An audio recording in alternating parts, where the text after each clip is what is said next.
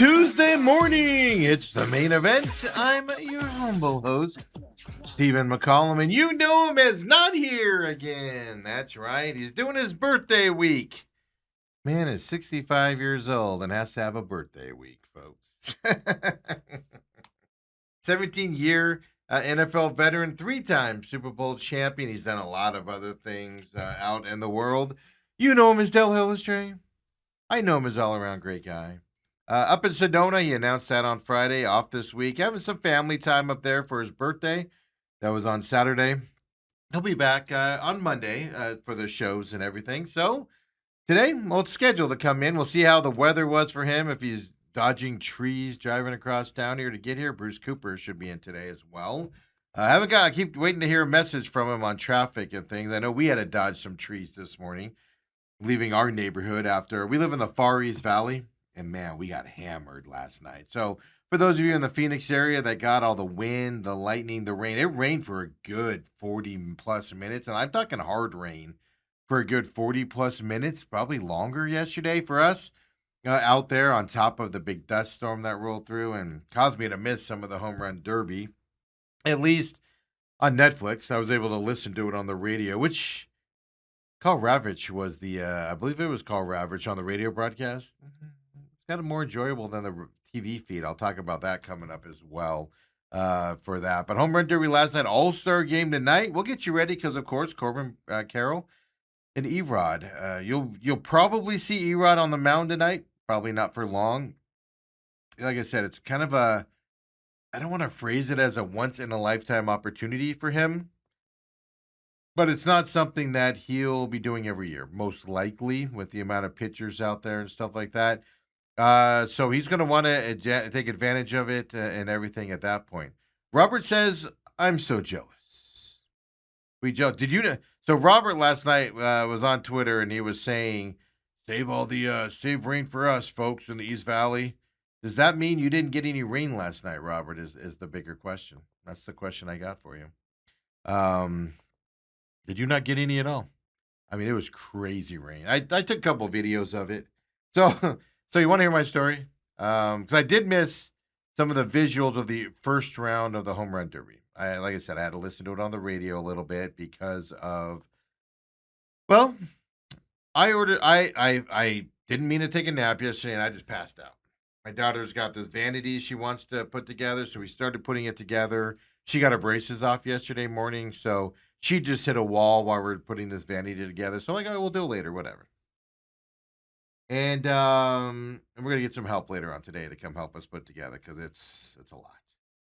Autumn's gonna come over and help us. We've already recruited Autumn, but so we're sitting there working on that. I go into my room. I'm making some calls and stuff like that that I got to do, and for the investment business. So I'm doing that, waiting for people to call back. I'm helping her out, and just all of a sudden, I wake up at 5:30. I don't remember laying down on my bed. I don't remember anything.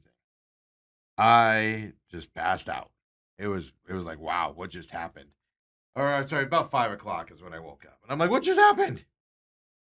I don't know. It just hit me out of nowhere, I guess. I just passed out and went to sleep. So I wake up. Sunny as can be, just normal day. You could tell the humidity spiked a little, but I'm like, whatever. I noticed that because with my breathing thing that I got. What is that? Not I want to say Alzheimer's, but that's not it. Asthma that I got. And when humidity spikes up, I sometimes you have to, slow down my breathing a little bit and think about it and stuff. So I noticed it right away. But I'm like, all right, what do we want for dinner? All right, pizza. We want pizza. All right, cool. Let's make it easy. Let's go get pizza. I order the pizza, run down to Walgreens. I'm driving, and it is perfectly sunny, not a cloud in the sky. There's some dark clouds down in Queen Creek area, but distant from my house as I'm leaving the house. So I drive. And I drove to a pizza place that's probably 10 minutes or so from my house. Like a little bit of a drive to go to this pizza place. Maybe 15 minutes from the house. A little bit farther than the other ones that are closer. So I drove to this one. I got in there, and I was there about 5 minutes early. They said it wasn't ready. So I was just sitting in my car. Just out of nowhere. I can't see. Just dust storm galore. Wind blowing sideways, trees crooked sideways, dust everywhere. Can't even see. So I'm like, all right, I'll go in and wait inside. So I fight through the dust, and get inside, and I'm just waiting. I'm in there for a couple minutes, come out. Dust has let up a little bit, but the wind is still crazy. Get back on, basically Higley and Baseline, if you know the area. I'm stopped at a stoplight. I get back onto Higley to get back on the freeway, and I'm sitting there, and I see this giant tree branch with leaves on it, just tumbling off the side of the road, right in front of my car, and just sliding across the road. And I'm not talking a small tree branch. This thing was huge. Like if it would have got stuck underneath my car, I would have had a four wheel over it. It was that big of a tree branch. That's how bad the wind was blowing. So then I get on US 60, fine, just windy, little dust, fine, whatever. I get on the 202, dust storm, can't see 2 feet in front of you. So I'm like, oh, great, I get caught in this. Perfect. So, you're driving slow, like 10 miles an hour. Everybody is because you can't see in front of you, whatever. Get off at Elliott like we do. I take a left. Rain coming down sideways. The car, everything's flooded. Cars, getting pelted by the rain and all that stuff. I'm like, all right, cool, whatever. So I drive home. 40, 50 minutes after that, just continues to be a rainstorm. Like, what in the world? There you go. And then it was just lightning late into the night, even though the rain kind of slowed down to a drizzled after, like I said, about 40 minutes, 45 minutes. So that's what I experienced. Robert, on the other hand, who lives in the West Valley, Robert says, just enough to dirty up my truck. Which was nice. We got that much of rain because my car was dirty. And now it's not. It was that much rain. So it was fun for us. But then when we left this morning, when it rains a lot, you get all the critters. Ethan, not so happily, found a scorpion on our garage door, which freaked him out. He had to go back in the house to grab something, and I just see him freak out at the garage door. He's just like, I roll down the window. I'm like, you all right? A big scorpion on the garage door there. So you get all those guys coming in because of the weather and the rain and stuff like that. So we had to deal with that this morning. I had to deal with the scorpion this morning in my garage. So it doesn't get into the house, right? Then you're just driving around dodging trees all morning and branches that are just randomly in the road and tree branches broken off. And yeah, so sorry, Robert and you West Siders. I apologize. I know I had nothing to do with it. I don't know why I'm apologizing for it. Ethan says it scared the heck out of me. He did. He jumped. He went to grab the handle, and I saw he just jumped back. So he saw that thing on there. So, but anyway, I don't know why I'm apologizing. I'm not Mother Nature. I had nothing to do with it. But I will say this: you missed one heck of a storm last night. But in that process, I was expecting to go get the pizza and maybe miss one or two batters, maybe one batter, maybe two batters. I missed four on television. 4 or 5 I missed. And this was a drawn out first round, right? Um, yeah, I missed four or 5 batters. I had to listen to it on the radio, which I'm not going to lie to you, it wasn't a bad experience on the radio. It just wasn't a bad experience on the radio at all. The other side of it was I struggled to get Netflix to give me the feed. If you're going to spend billions of dollars to upgrade your sports business and things to that effect to get people to watch it, fix your feed. Now, it might have been weather related. I don't know. But I had a hard time getting it. I did not get a good Netflix feed until Bryce Harper and Schwarber were battling it out. I saw the end of Schwarber, beginning of Harper. And then caught the rest of it after that on the Netflix. But it just wasn't loading right now. Could have been weather related, I guess. Our internet was working fine. We were all on it for other reasons and, video games and other stuff. We were all on it fine. But so that was my home run derby experience. But I did take away a few things out of the home run derby last night. We'll talk about. I felt it was better on Netflix than that old ESPN model of the time frame. I can understand why people don't like this because it is a lot slower as guys can just stand there with the bat on their shoulder for 10 pitches if they want to, right? And stuff. The home runs were down. Now, Philadelphia's park is not an easy place to hit home runs out there. The balls can get knocked down, with wind, with weather, and it's deep as well. But home runs were back, but that ending was fantastic, wasn't it? But the visuals is what I didn't like. of the home run derby. So we'll talk about that coming up as well. So again, Robert, sorry, maybe your storm will be coming. I did read that today. I did see chance of rain every day this week, and up to 50% chance on Friday. Generally, after you get a big rainstorm like that, like we got last night, generally it doesn't rain the next day, at least where we are. I know when we got to the studio today, power obviously went out here. I got an alert yesterday saying power was out at the studio, and our internet went down at the studio. Now this was 6 7 p.m. last night, so it didn't matter.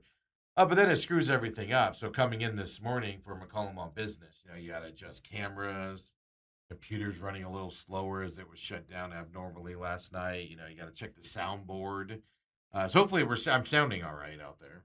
I'm all just kidding. Kobe and Ethan take care of us here on that and stuff. So it did. So the storm at some point, and there were still puddles down here. We're at, over by the airport, 44th Street area. There are still puddles on the ground out here.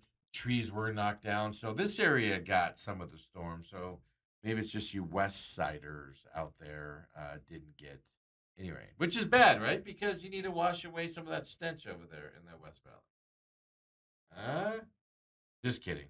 Just kidding, West Valley. Settle down. It was just a joke. It was just a joke. Everybody take a deep breath.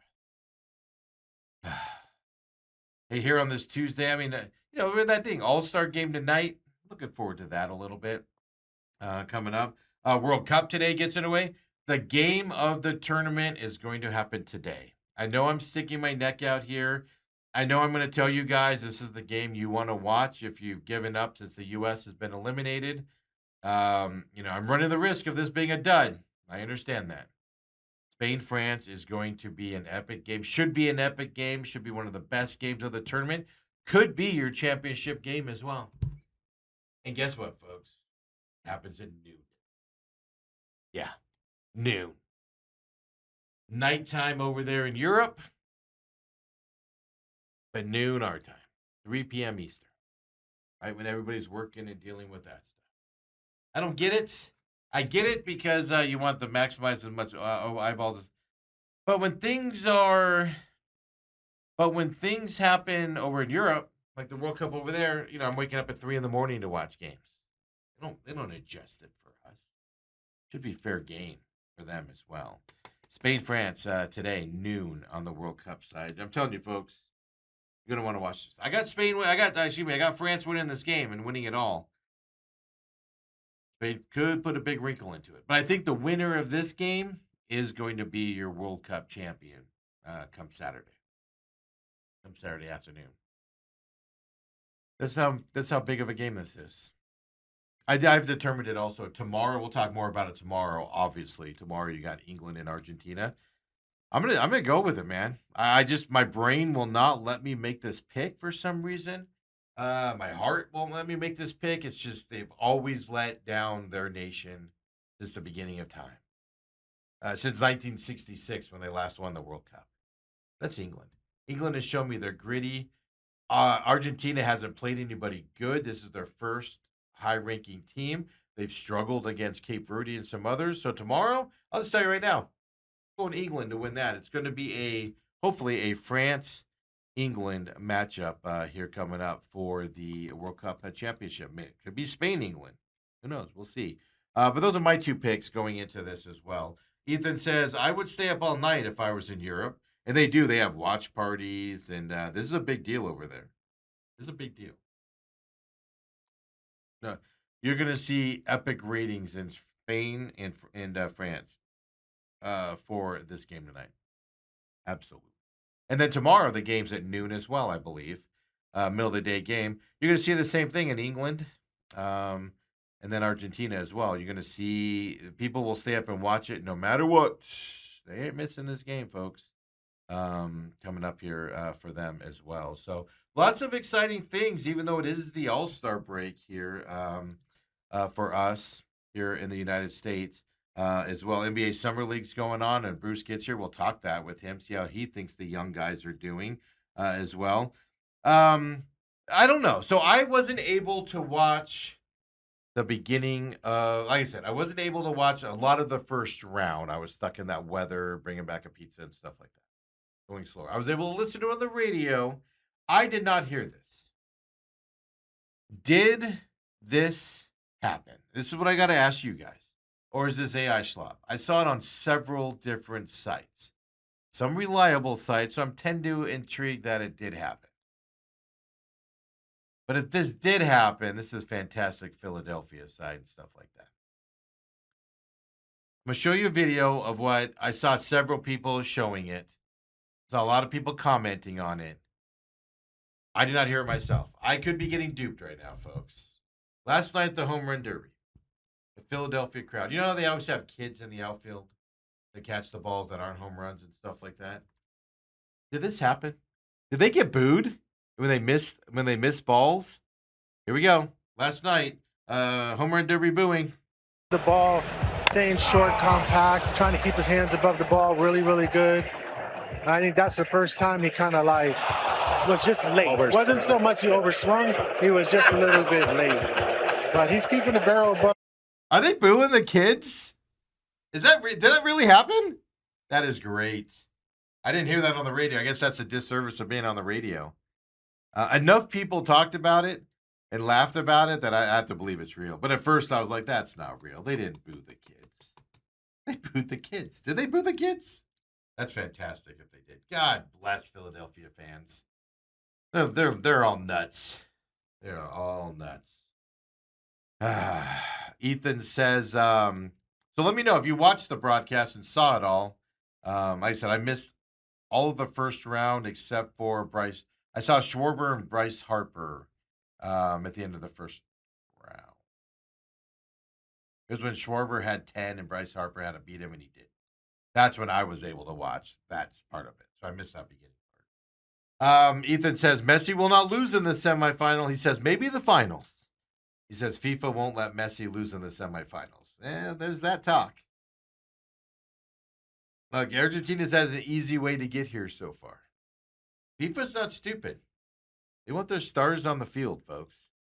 Other than France, France has some big stars if you follow soccer, some big stars if you follow football. Spain, name me somebody on Spain if you're not a big football fan. Name me somebody from Spain if you are a big football fan. Other than Harry Kane, name me somebody on England. They want their big name guys in this deal. So there is that talk, of course, of FIFA not letting Argentina lose in the semifinals as well. So we'll see. Tomorrow is more of a toss-up to me. I do think I'm going to go with England, but I do think it's more of a toss-up. And I'm going with the more experienced team playing better competition going into this game. And it's not like Argentina was playing easy competition and blowing them out. They struggled against teams. They had to come back against Egypt, down 2-0, 80th minute. They had to score 3 goals in the last 15 minutes of the game with stoppage time in order to win that. Cape Verde took them to the end. They've been struggling with lesser competition, and struggle, I mean, not dominating it, right? Not having the lead late. They have to come back on those. So I'm going to go with England. It's a lot more gritty and stuff like that. But this will probably be the game. This will probably be the game where, Argentina steps up and England finally lets me down as well. Yeah, look at that. Ethan's naming everybody on there. Robert says, John Rahm?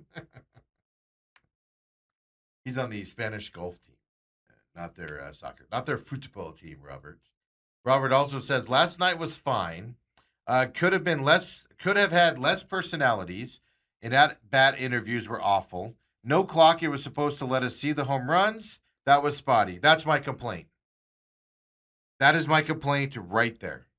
My complaint about the clock and the ESPN broadcast back in the day was it was so fast you had to keep one camera on the batter at all times, and then the other camera was on the ball going through the air. It was clunky. You couldn't see it. It was hard to watch because you wanted to see him swing. You'd be watching a ball fly out, and then they'd be swinging another. It was clunky. It was hard to watch. I didn't like it. It was terrible to watch.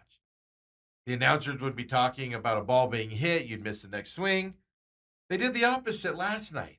It's something easily to be fixed. Netflix went away from our normal viewpoint on a batter ball. What's our normal viewpoint in games? Center field camera. That's our viewpoint. And every team has a little bit different angle on that center field camera. You're used to the Diamondbacks one if you watch the Diamondbacks game. But I can tell you this, if you watch the Twins broadcasts, because I've been victim of, they're a little farther over a little bit. It's a different angle. It's weird at first until you catch on to it. And you're like, oh, okay. It's not like a ton, but it's enough that it can be noticeable if you watch enough baseball. That's our viewpoint. Netflix did this weird, and we're in the media business. We get it. They moved in on the camera because they wanted to see the facial expressions of the hitters if they turned over on one and didn't get it out and stuff to that effect. But what you got was you saw the swing and then nothing. You didn't know if the ball was, popped up, hit on the ground to second base, or a home run. They just kept it on him for too long, a lot. Now, that's fine to go to that angle every once in a while. That's fine. They did it like all night long. They stayed on that angle. Then, how many times, especially in the later rounds when I was watching it, how many times did they not even show the swing or the hit? And they're just yakking. And you're not seeing anything. Like, what is happening right now? That's easily fixable. They tried something, it didn't work from that perspective. I'll tell you this. I enjoyed this format better than the clock one. I understand if you don't. But the broadcast elements of it, the at-bat interviews was terrible. Knock that crap off. The element, though, those are all fixable things. This format, I think, is the best format. Number of swings. How great was that ending? Down to one swing left. What was he down by? 4 home runs. Misses one of them, he's out. Boom, nails them all. Beats the home down guy Schwarber on top of it. Fantastic. Loved it. Loved it completely. I enjoyed that aspect of it. But fix the visuals. I think they tried to get too cute, Netflix did. I think they tried to get too cute last night. But as for the format, I love the format. That's the format I think it needs to be. My problem is I might be in the minority on liking that format. That's my problem. Robert also says, I know it's a great experience, but don't have your dad throw in a home run contest. Yeah. Oh, yeah. By the way, Robert, your boy Ben Rice that you said wants to make a name for himself. How'd that work out last night? By the way, Yankees, Jazz Chisholm, was it last year or 2 years ago where he only hit like 2 in his first at bat and was eliminated? Then Ben Rice. Yankees don't do well in the home run tournament as well. So the reason why you have your dad do it, one, it's a special memory, one. And then two, his dad's been throwing with him his whole life in batting practice and stuff like that. So I get why they do it. I get it. It's an exhibition after all, things to that effect. I like how they take it serious, but they don't take it serious. Like Bryce Harper didn't care he was in it last night. He could care less. He cared less. But some of those guys take it seriously. That kind of gives you that dynamic that you deal with out there as well. So Robert said, that's exactly why I do not bet. I saw Ben Wright's deal and I went, oh no, I was listening to it on the radio. And I was driving through the rain, like torrential rainforest. And so I was like in and out of listening to them, Ben. And he had like, I don't know, he was like on his 10th swing. And they're like, he's got 1 home run. And I was like, what? Hey, wait, what? Repeat that again? It was amazing. But for Bryce Harper to have as little as he had, it was just like, what? I don't know. It's an exhibition. If anything else was on last night, besides the WNBA, anything else was on last night, I wouldn't watch the home run derby. It's the same reason I don't watch the 3-point contest very often. Is there's usually something else on and stuff to that effect. I don't watch the All-Stars festivity stuff, the sharpshooting and hockey. I just don't care. But last night there was nothing on. So, hey, let's turn it on. Let's listen to it while we're doing other stuff type of a thing. But that's my conclusion. Netflix tried to get too artsy cute with it.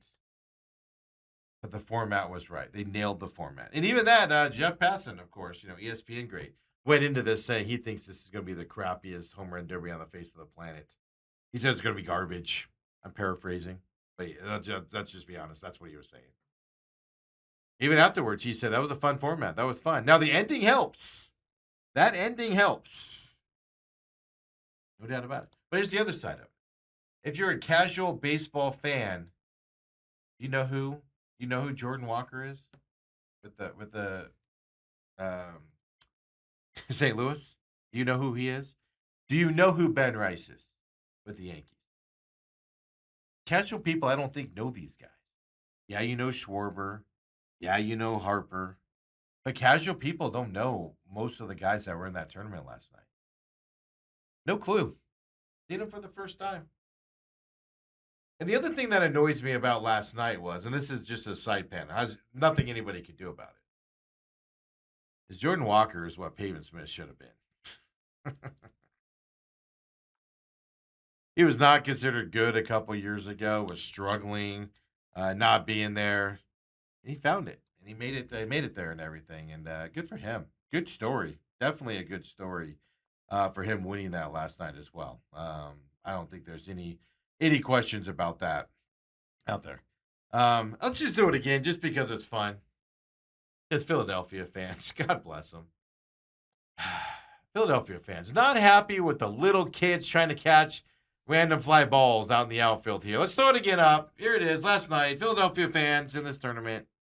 The ball, staying short, compact, trying to keep his hands above the ball, really, really good. I think that's the first time he kind of like was just late. Wasn't so much he overswung, he was just a little bit late. But he's keeping the barrel above. I can't get enough of that. That's so great. These kids are traumatized for life now. It's like I'm just trying to. At least I didn't see any kids get hit in the face with the ball like we've seen in World Series past or Home Run Derby past. We haven't seen any of that as well. And the other fun thing about this is Jordan Walker makes $799,400 this year. That's what his salary is for this year. He won $1 million last night by winning the Home Run Derby. That's heck of a bonus that you can get behind, right? As well, you can get behind that. Yeah. So Home Run Derby payouts. This is how you get the big guys. See, here's the problem. I don't think Bryce Harper cares. Schwarber cares because he's a home run guy. But I don't think Bryce Harper cared to be there. He was only there because it was the hometown, and he got a chance to go up there. But first place, Jordan Walker, $1 million. We told you that. Kyle Schwarber. Kyle Schwarber is looks at this $500K. Yeah, it's a nice little check, but it's pocket change for him. Kyle Schwarber, $500K. The 3rd through 8th spots there was $150K that they got. So Kyle Schwarber, by the way, makes $30 million this year. Yeah, $500K there. He's like, all right, cool. Paid for another house or something. They don't care about it. Bryce Harper, Murakami Contreras, who had the longest home run, by the way, $100K. Was that 490 yards? I think the longest home run I saw hit at Citizens Bank Park, where the Phillies play. Is that what it's still called? I just had a brain fart. He, the longest home run hit in a game there was like 475 feet, and they estimated his home run there in the first round at 490 feet. I think is what I saw. They launched that bad boy. Was that Upper Deck? He wanted the bonus of $100K for longest home run. He's making $14 million this year. Murakami, $150,000 in his pocket. He's making $17 million. Bryce Harper's making $26 million. He got $150K for participating. Rice, he's making $846K. That's good money for him. $150K in his pocket. Caminero, he's making $795,000. Caglione, $784,000. That's good payday for them, $150,000. Definitely. That's what I'm just saying. The payout doesn't make the big name guys who are making 30, 26, 30, $40 million. Like you'll never see Juan Soto, well, for a lot of reasons, but you're not going to see a player like Juan Soto in the home run. Not worth it. $1 million to a guy making $50 million a year is nothing. It's a rounding error at that point. But I do like what they did. I do like it. These young guys get a little bit of a bonus, and it's fantastic to see them do that as well. We got some other stats here. Of course, we're at the quote unquote halfway point here of Major League Baseball. Um, Major League Baseball attendance so far in 2026. Yeah, it's up 1.1% year over year at the All Star break. Major League Baseball is on pace for a 70 million plus season for attendance to their stadium. Last year, I didn't help that at all. I didn't go to any games as a fan. This year, I went to one as a fan. That was on Father's Day. But that's the fourth straight year. If they do hit that 70 million number, which they're on pace for, this will be the fourth straight 70 million plus season for Major League Baseball. So attendance is up, prices are up. Strike looming, lockout looming, whatever you want to call it. But attendance is not wavering for Major League Baseball as well. Who are the teams with the biggest increases in attendance? Diamondbacks aren't one of them. Their attendance is way down this year. The Rays, 70.9% increase. Now, the question I got on the Rays is, last year they were playing at Yankees, home games were being played at Yankees, spring training facility. Are they factoring in the Tropicana being reopened this year? Because that's obviously a big increase. A small crowd at Tropicana is bigger than at the spring training facility. But the Rays are 70.9% up in attendance. The White Sox, who, if you're not paying attention to the White Sox right now, I'm not saying run out and watch their baseball. They're great at home. They suck on the road. But the reason why you should be paying attention to the Chicago White Sox, young talent. Young. That if they keep this team together and growing, this team's going to put it together in a few years. White Sox, their attendance is up 36.5%. A lot of that is built around hope around the White Sox with this young element that they got there and that they're growing. And they just had a fantastic draft by all accounts as well. They got the number one pick of the kid from Arizona, from Hamilton High down here. Blue Jays, by the way, up in Toronto, they're up 31.5%. And the Mariners, after their big run last year, right? Blue Jays made the World Series. Mariners came close to the World Series. They're up 23% up there in Seattle as well. The Royals have the biggest drop in attendance, 16.8% down for them. Dodgers remain the attendance leader. Now, they're in a huge ballpark, but not just that. They're in a giant ballpark which seats, a ton of people. But not just that, but obviously a good team. Everybody wants to see them. They're leading attendance with just over 50,000 people as well. So where are the Diamondbacks? They are. It's going to shock you if I say they're about in the middle.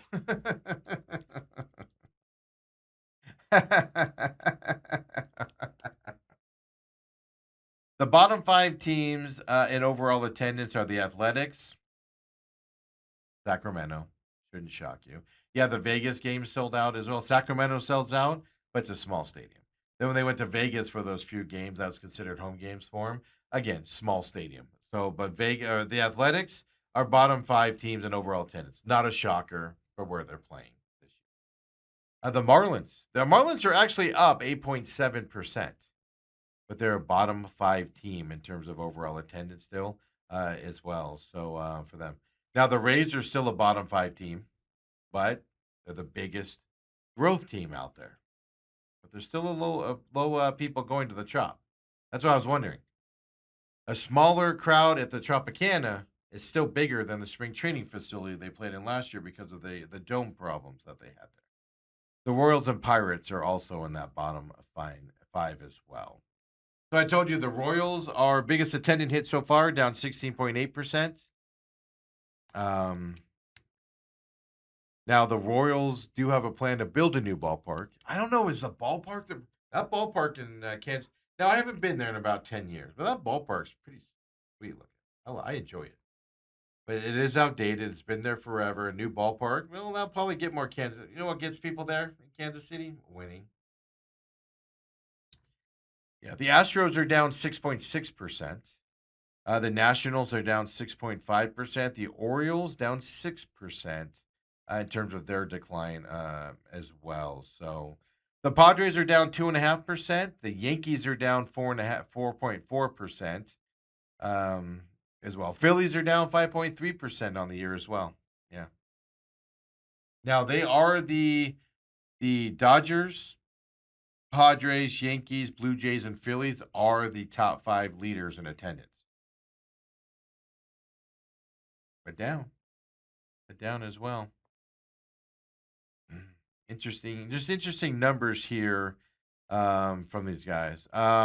Mariners, as I told you, they're 23% up year over year for them as well. So you're seeing a lot of that stuff. The White Sox, don't forget, I didn't look. Are the White Sox still in first place in their division? They were for a while there. I know they're 1 or 2. They're up 36.5%. They're at rate field for them. So, you got to give your team hope. White Sox, yeah, they're in first place in that division.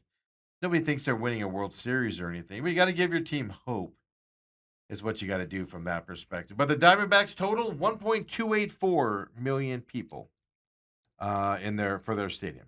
Average change from last year for the All-Star game, 28,555 to the positive.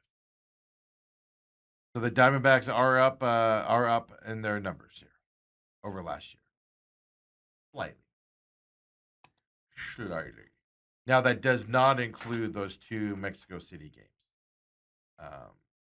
Those drew a lot of fans down there, and obviously not the regular Chase Field Diamondback side as well. So there you go. Attendance for baseball this year, going through the All-Star game. A big thing coming out today: MLB owners support big leaguers competing in the Olympics. Well, what's the hang-up then? Well, Major League Baseball PA. Yeah. Disagreements with the MLBPA over hotel accommodations, tickets, and mandatory participation agreements are what the MLBPA is complaining about for big leaguers in order to play in the Olympics. Nothing says I want to play for my country like we need better hotels or we're not going to. Keep it up, baseball. Have you ever heard of hockey, like the hockey guys complaining about their accommodations? Fighting about it publicly. Have you ever heard of who else does professional basketball, NBA? No, just baseball's going to go. America, we need better accommodations. We're not going to do it. Garbage. Come on back, folks. It's the main event.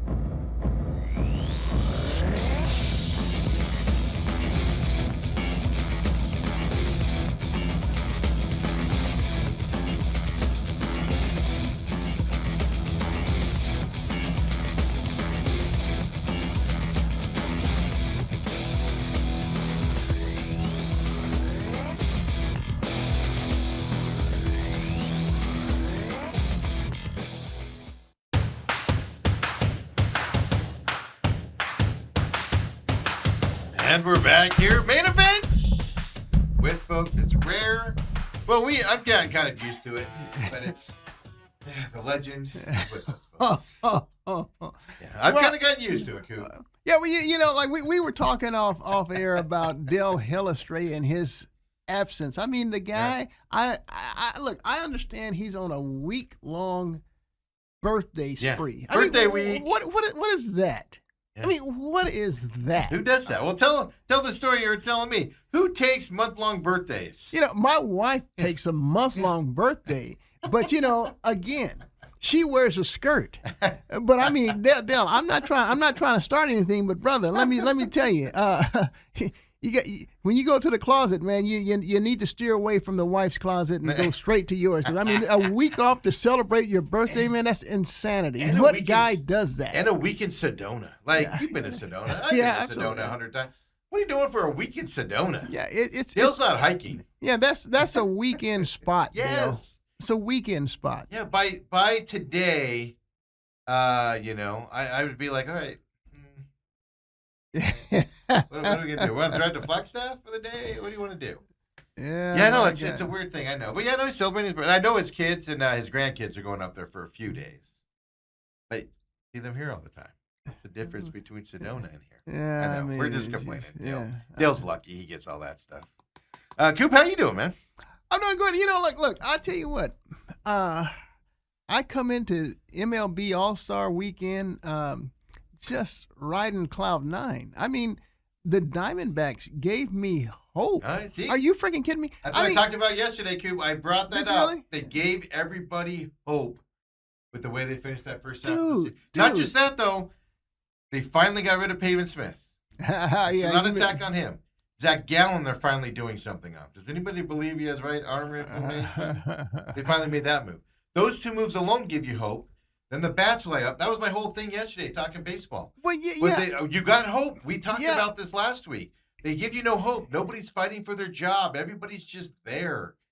And all of a sudden, with two moves, and then you go dominate the Dodgers, Dude, all of a sudden hope is no, here. well, and I found myself asking this: did the Diamondbacks hit their stride, or did they catch the Dodgers at the right time? I mean, the Dodgers Right may have before had the that. All-Star. They may have that pre-All-Star blues, anyway. I mean, they're running away with the division as Well, usual. Friday, I expected the Diamondbacks to kind of have a good game because anytime you find out your starter and it's Ohtani isn't going to go in a game, and you have to go with almost a bullpen game, it's kind of a letdown. I could understand struggling on that one. But I tell you what, Yamamoto? Ohtani and Paez go back to back. I mean, and so A-Rod is on the mound, and you say, hey, A-Rod doesn't give up more than 2 runs ever. And there's 2 runs on the first 2 batters. And it's like, my gosh. But look, I'm going to tell you something. So that set me up for this.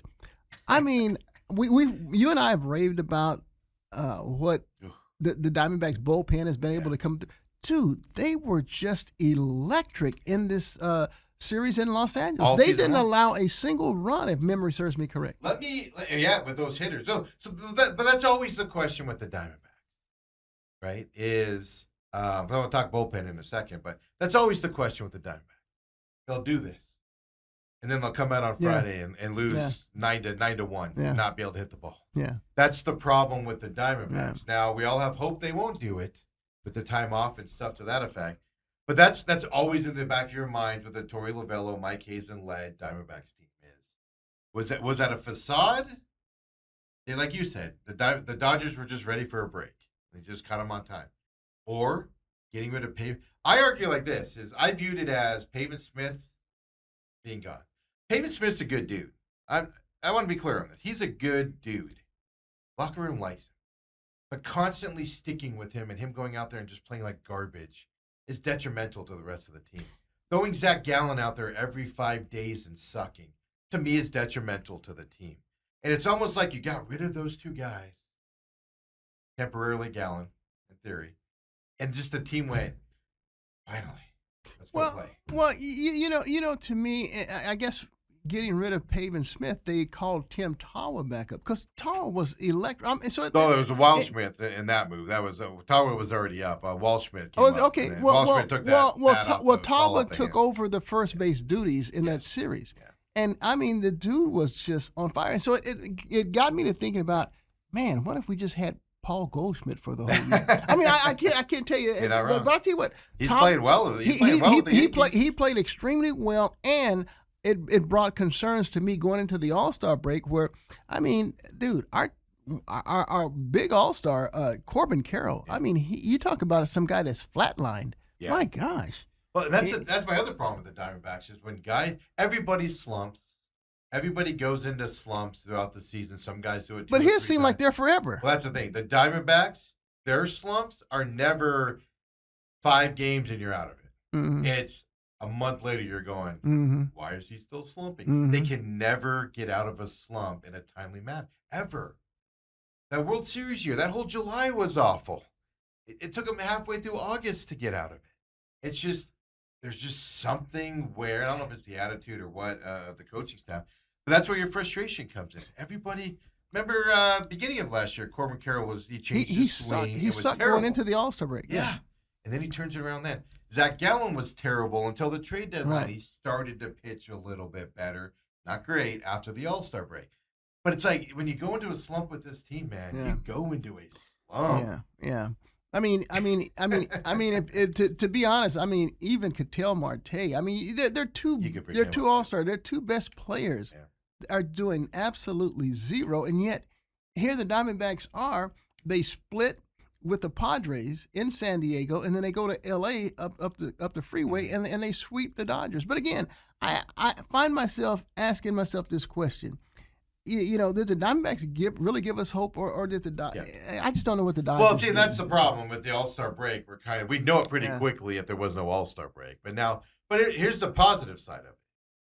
You saw some life out of this team, Mm-hmm. which you weren't seeing before, But it was life from other guys other than your two big stars, which is Ketel and Which is- Corbin. which is how the season started. Yeah.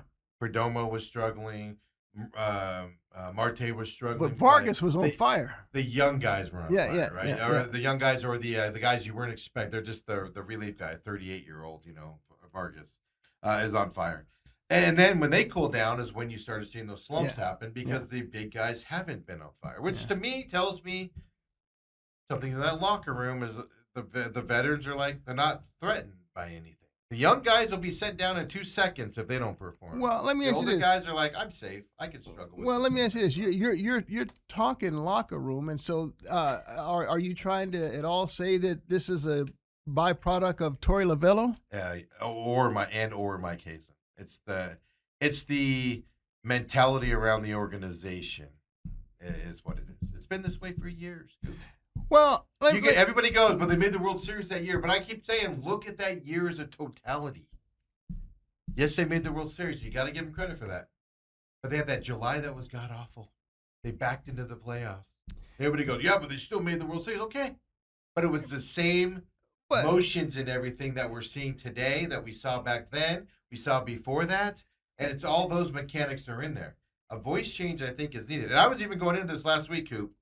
I was saying, nobody's fighting for their job. Is the All-Star break a chance where you can make a move on a manager and just see? Because you know what this team was.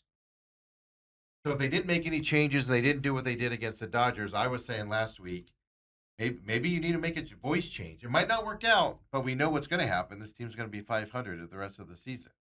But then they make those two changes, IL and then, Pavin being gone, and they wake up.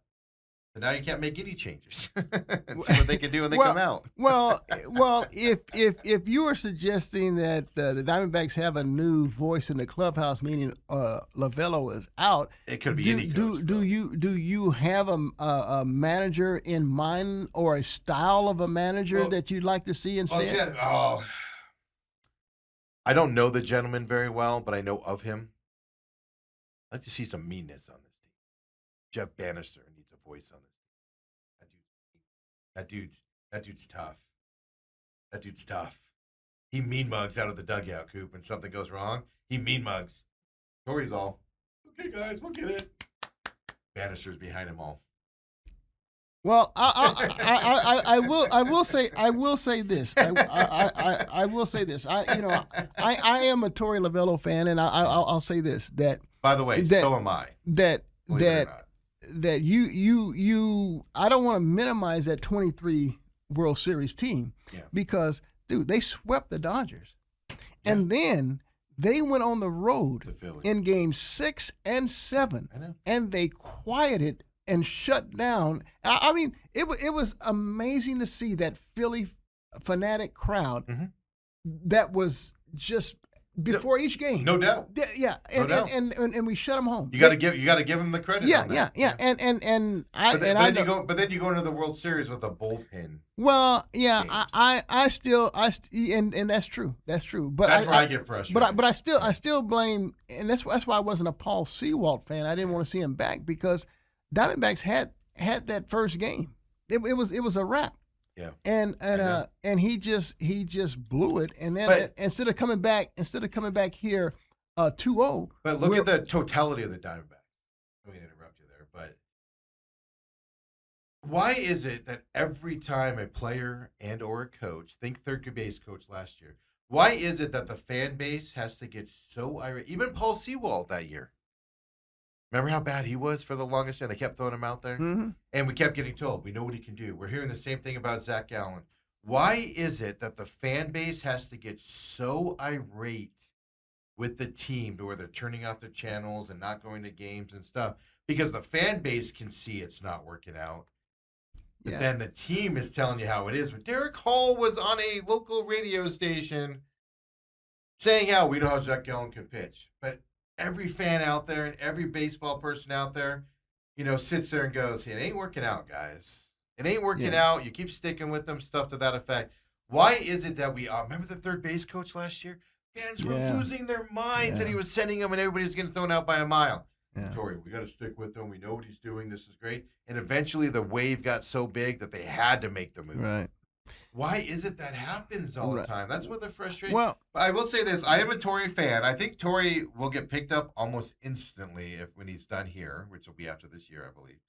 He will be picked up instantly. I think Torrey can do really well with a really good veteran team. yeah, here's the I deal. think that's just Despite my affinity for Torrey, if I had one complaint of him, it would be this: that he's too loyal.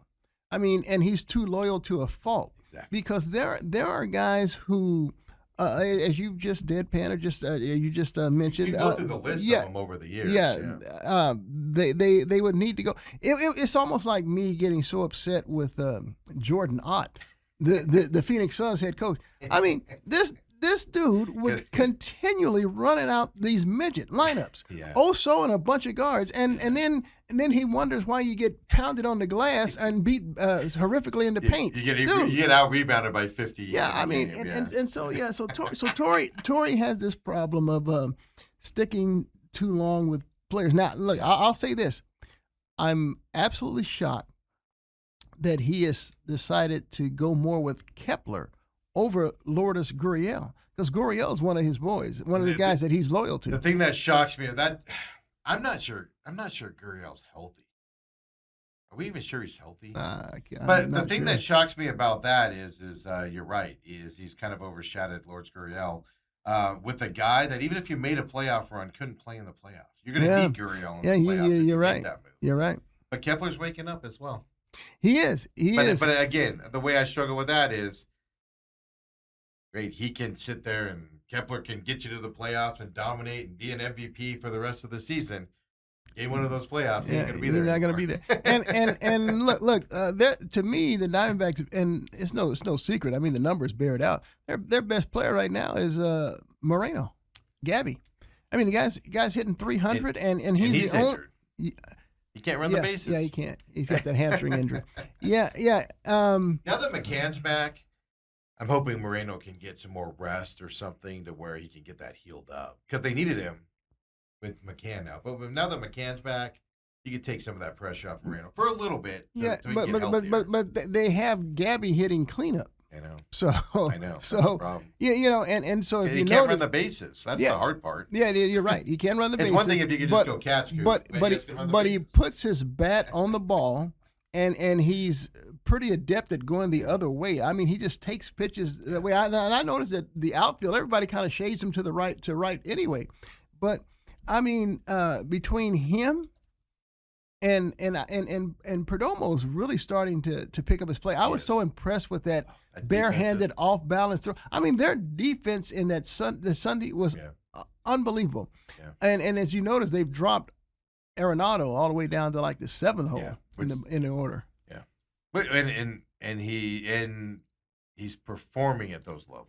Yeah. That was always my argument. We had this discussion where you started to hear, well, the top of the lineup struggling because the bottom of the lineup is struggling. The young kids are struggling. And that's why I was like, just drop one of these bad. At the time, it was Perdomo who was struggling up there. Mm-hmm. Drop him down to that 7th spot. So you can get a hitter down there. He'll get better looks at balls. And then that bottom of the lineup will flip over and help those young kids down there. I think, but again, everything just takes so long to change. And that's just where I get frustrated. But I mean, no, Torrey's safe now with the way they finished that year. They give everybody hope again. Yeah. Going into this. Yeah. It could just be this team was like, these guys keep getting run out there and they're not performing. Well, we're having to pick up for them. And now that they're gone, everybody's going, all right. Well, you know why I think they keep extending the leash for Torrey is that after the World Series year, they came back. They went down to the final game of the year. I mean, they needed the Braves to sweep the Mets or the Mets to sweep the Braves, and they wound up splitting. Yeah. And so that kept because it was a doubleheader. Right, because right, of a rain right, out or something and so that kept the Diamondbacks home. Then last year, they went down to I think it was the penultimate game, right? It was last year I get confused because I don't remember when they were officially out of it. It was but they were last week. still in it, and Marte started taking games off because he fouled the ball off his foot. He took a day off after that. When everybody else, Blaze Alexander took that ball off his elbow, and you could see the seams, and he was out there the next day. I don't remember the exact time last year when they were eliminated, but they were in it till the end. No, it was the final week of the season. I was thinking it was the next to the last game. It might have been, but I get season. confused. But Marte was taking games off leading up to that. Yeah, and so I think that's kind of extended the leash. But I think this might be the year. I know it's another one of those lame duck kind of years for Torrey's in that contract year, the final year, and he needs a postseason run to save his job. No, and that's where it also gives you hope. They're 2.5 games out of that 3rd spot. Yeah, they were pushing 5 before that Dodgers series, and you can make some more movement here coming up with the Cardinals. And that's what's interesting about the wild card is, right? Do you expect the Cardinals? Last year they sold at the deadline. Yes, they did. Tanked. They didn't add a ton. And they've overachieved this first half. Yeah, and so are they going to come backwards? And what are the Padres going to do? Are they going to keep sucking, or are they going to wake up and start playing? You have an opportunity to make a run. Marlins, you don't expect the Marlins to still be as good as they've been over the last month or so. You expect them to kind of regress a little bit. So you have a real opportunity here, and that's what sweeping the Dodgers in that format and making 2 roster changes does to your fan base and to this team. Well, I will say this. I do expect them to bring, and I know you're not going to like this, but after the 15-day DL, they're bringing them right back up. And I know that's going to tee you off. But here's the problem. So I was thinking about that. Well, let's get into that here. I think we're top of the hour. Because I want to talk bullpen, obviously, because Mike Hazen did what he's done every year with the bullpen. Just arms. And but the results are so dramatically different. And there's a reason why. Okay. There's a reason why that is. So, do we give Hazen credit for this? Or is it the starting pitching's helping out because they're going deeper into games than they have in years past, and the arms are fresh in the bullpen. So we'll talk about that as well, leading up to the second half of the season coming up. And Coop, local kid goes number 1 in the Major League Baseball draft. Rock Chalosky, how about that? You know what? Yeah. I've never seen him play baseball in high school, but he was the Hamilton Huskies starting quarterback, and look, he was up for consideration for the all fever team there. He was a good quarterback. I had no idea that he could play baseball at this level, and so geez. Yeah, right. I agree with you on that. Like, I knew he was good at baseball, but goes number 1, and then I was reading him, and I was like, holy cow. The reason why, though, and we'll go take a break here, Hamilton was a really good, 6 players from that championship team are now Major League Baseball. Isn't that something? Isn't that crazy? He got, dare I say it, unless you were a diehard high school baseball fan, he got buried because of the bigger talent around him. Yeah, I thought, and to be honest, I thought that Cole Klecker was the star pitcher of that team. And I know Chalosky pitched as well, but I had no. And so now it makes me think, why doesn't Arizona State get more of these Hamilton Huskies. I mean, Mike Wood's done a tremendous job there, but I mean, dang, if you could have had Chalosky and added him with Landon Hairston, are you freaking kidding But me? I tell you what the rumor is that Chalosky's signing for with the White Sox. You'll know why he's not going to college. Come on back, folks. It's the main event. Bruce Cooper.